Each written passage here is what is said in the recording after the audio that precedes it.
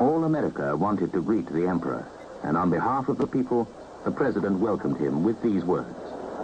Ladies and gentlemen, I know I speak in behalf of all of my fellow Americans in welcoming His Imperial Majesty back to the United States.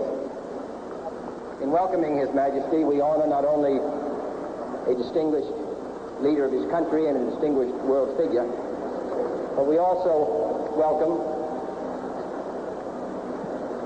a man whose place in history is already assured. His memorable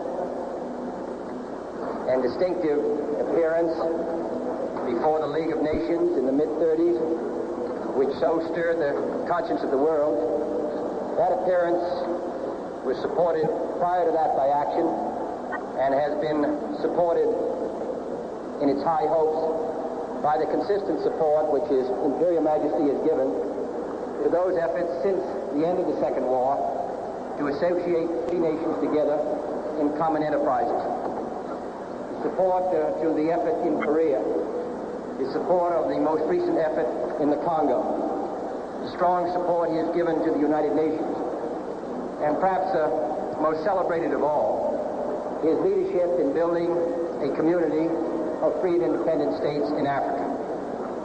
Since His Majesty visited the United States nearly a decade ago, we have seen one of the most extraordinary revolutions in history, and that has been the appearance on the world scene of 29 independent countries in the short space of less than 10 years, including over 150 million people. The conference recently held in His Majesty's capital served, I think, to bring together in a great cooperative movement the people of most of these countries. And the success of that conference was due in no small part to the leadership of our distinguished guest. Therefore, for what he has done in his own country, his efforts to move his country forward and provide a better life for its people, and his efforts throughout the world, which stretch back over 30 or 40 years. For all of this, Your Majesty, we take the greatest pride in welcoming you here.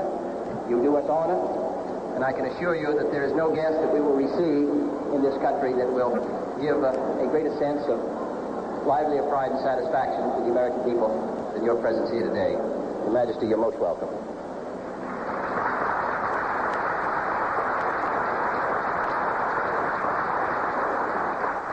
The Emperor replied.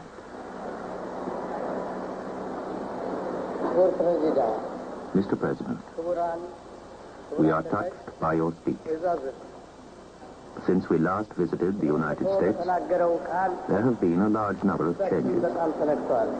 America is a country of many different peoples from all parts of the world who have settled here. And one would not be mistaken if I called it a second home for all people. And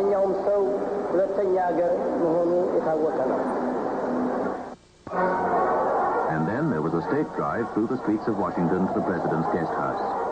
The people of the New World delighted to honor the ruler of one of the oldest lands in history, and nearly 200,000 people watched the procession.